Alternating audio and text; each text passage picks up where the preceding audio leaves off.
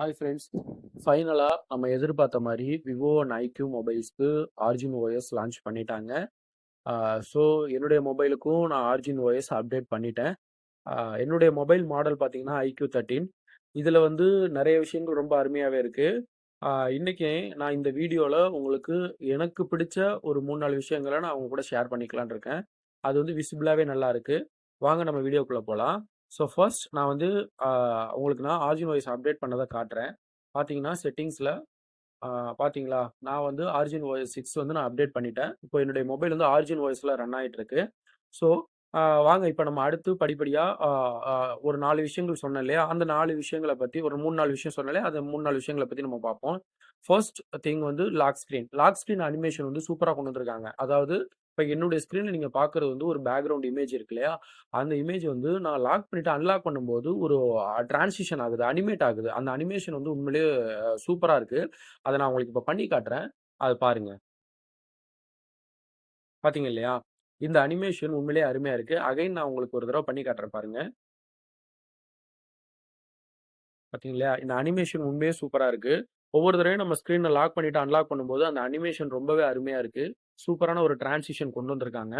அடுத்து 2வது விஷயம் என்ன அப்டின்னாக்கா, நோட்டிஃபிகேஷன் பேனல் நம்ம ஷட்டர் இருக்கும் இல்லையா? மேலேருந்து நம்ம ஸ்க்ரீன் டாப்லேருந்து நம்ம ட்ராப் டவுன் பண்ணோம் அப்டின்னாக்கா, ஸ்வைப் டவுன் பண்ணோம்னா, நமக்கு நோட்டிஃபிகேஷன் அப்புறம் மத்த கண்ட்ரோல்ஸ்லாம் வரும் இல்லையா? அத வந்து இவங்க ரீவாம்ப் பண்ணியிருக்காங்க ஆரிஜின் ஓஎஸ்ல. அப்படி என்ன பண்ணியிருக்காங்க அப்படின்னா, கிட்டத்தட்ட கிட்டத்தட்ட இல்ல. ஆக்சுவலா சொல்லப்போனா அது iOS மாரியே கொண்டு வந்திருக்காங்க. இப்ப நான் உங்களுக்கு அத ஸ்வைப் டவுன் பண்ணி காட்டுறேன் பாருங்க. ஸோ இதுதான் ரீவாம்ப் பண்ண அ நோட்டிஃபிகேஷன் கண்ட்ரோல் பேனல். ஸோ பார்த்தீங்கன்னா, உங்களுக்கு இது அப்படியே வந்து iOS மாரியே கொண்டு வந்திருக்காங்க. இது பார்க்க நல்லா இருக்கு. அ அ யூஸ் பண்றதுக்கும் ரொம்ப ஸ்மூத்தாவே இருக்கு. ஒரு ஒரு ஃபீல் வருது. நல்லா இருக்கு. ஒரு டிஃபரண்டான ஒரு ஃபீல் இருக்கு. இது வந்து 2வது விஷயம். அப்புறம் 3வது விஷயம் பார்த்தீங்கன்னா, 3வது விஷயம் தான் உண்மையிலேயே எனக்கு ரொம்ப புடிச்ச ஒரு ஃபீச்சர்ன்னு சொல்லலாம். நல்லாவே இருக்கு. அது வந்து என்னன்னா, நீங்க ஒரு பாட்டு கேட்குறீங்க, ஒரு ஃபோன் கால் பேசுறீங்க, அத நீங்க மினிமைஸ் பண்ணீங்க அப்படின்னு சொன்னா, அது வந்து மொபைலோட அ ஸ்க்ரீன்ல டாப்ல இருக்கிற கேமரா இருக்கு இல்லையா? அந்த பஞ்ச் ஹோல் கேமரால போய் செட்டில் ஆகுது. அதாவது இது வந்து உங்களுக்கு எல்லாருக்குமே தெரிஞ்சிருக்கும். அ iOSல அ அ ஆப்பிள் ஃபோன்ஸ்ல வர லேட்டஸ்ட் மாடல்ல டைனமிக் ஐலேண்ட் அப்படின்னு சொல்லி அ அ லான்ச் பண்ணியிருக்காங்க. அதேதான் சேம். அது வந்து ஆரிஜின் வாய்ஸ்ல ஆரிஜின் ஐலேண்ட் அப்படிங்கிற பேர்ல அவங்க விட்டுருக்காங்க. ஆ டெக்னிக்கலா இத பத்தி தெரிஞ்சவங்களுக்கு நான் சொல்றது புரியும். பட் புரியாதவங்களுக்கு நான் டெமான்ஸ்ட்ரேட் பண்றேன் பாருங்க. இப்ப நான் வந்து Spotify போயிட்டு, ஒரு பாட்ட நான் இப்ப ப்ளே பண்ணிட்டு, அத நான் மினிமைஸ் பண்றேன். அது வந்து அழகா அந்த ஸ்க்ரீனோட மேல உள்ள கேமரால போயிட்டு அப்படியே செட்டில் ஆகும்.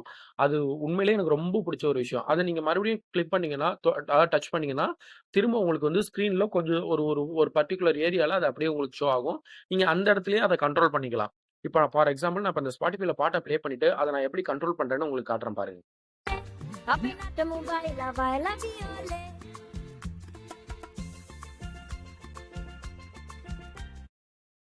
ஸோ கைஸ் இப்ப பார்த்தீங்களா?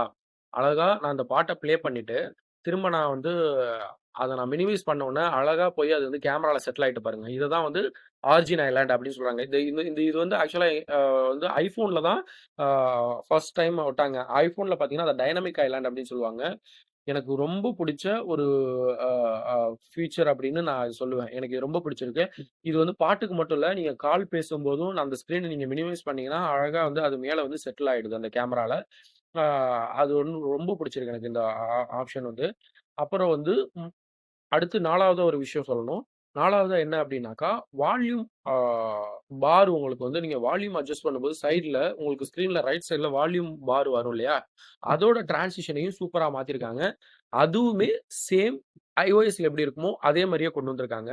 ஃபார் எக்ஸாம்பிள் நான் உங்களுக்கு அத பண்ணி காட்டுறேன் பாருங்க. இப்ப நான் பாட்ட ப்ளே பண்ணிட்டு நான் அத பண்ணி காட்டுறேன். நீங்க வந்து ஸ்க்ரீனோட ரைட் சைட்ல பார்த்தீங்கன்னா, உங்களுக்கு அது தெரியும்.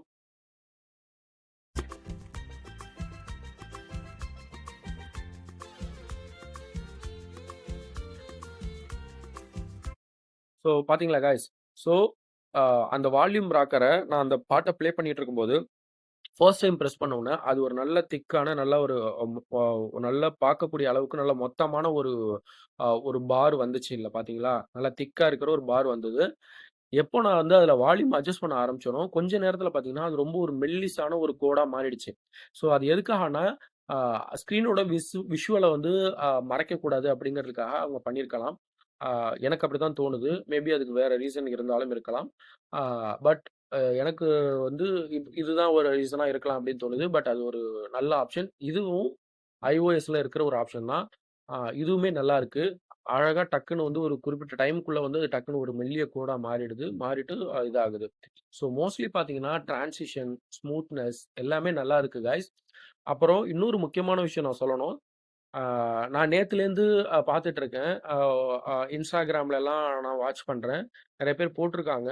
ஆ ஆஃப்டர் ஆர்ஜின் ஓஎஸ் அப்டேட்க்கு அப்புறம் நெறைய பக் இருக்கிறதா அ மென்ஷன் பண்றாங்க. அவங்களோட ஃபோன்ஸ்லாம் என்ன மாடல் அவங்க யூஸ் பண்றாங்க அப்படின்னு தெரியல. பட் ஐக்யூ 13ல நான் அப்டேட் பண்ணி இப்ப நான் யூஸ் பண்ணிட்டு இருக்கேன். ஆக்சுவலா நேத்து காலையில நான் அப்டேட் பண்ணேன். இன்னி வரைக்கும் ஆக்சுவலா கிட்டத்தட்ட 1 நாள் ஆயிடுச்சு. இப்போ வரைக்கும் எனக்கு எந்தவித பக்கும் நான் ஃபேஸ் பண்ணல. ஒரே ஒரு விஷயம் மட்டும் நான் ஆ பார்த்தேன். பட் அது வந்து ஆரிஜின் ஓஎஸோட இஷ்யூவா? இல்ல வந்து அ அந்த பர்ட்டிகுலர் ஆப்போட இஷ்யூவா? அப்படின்னு எனக்கு தெரியல. அத மட்டும் நான் செக் பண்ணணும். அது ஒண்ணும் பெருசா எனக்கு வந்து அது ஒரு பாதிப்பு கிடையாது. ஆ மத்தபடி விஷுவலா எனக்கு எந்த ஒரு பக்குமே என் கண்ல படல. இப்போ வரைக்கும் எனக்கு எந்த பக்கும் தெரியல. ஸோ நல்லா தான் போயிட்டுருக்கு. ஆ மேபி ஐக்யூ 13ல வந்து ஆ ஆ பக் இல்லாம இருக்கோ, இல்ல வந்து பக் இருந்து எனக்கு தெரியாம இருக்கா என்னன்னு தெரியல. அப்படி பக் இருந்ததுன்னா, கண்டிப்பா நான் அத இன்னொரு வீடியோல நான் உங்க கூட ஷேர் பண்றேன். இப்போதைக்கு எனக்கு எல்லாமே நல்லா இருக்கு கைஸ். ஸ்மூத்தா இருக்கு. பார்க்கலாம். பாய். தேங்க்ஸ். Hi friends.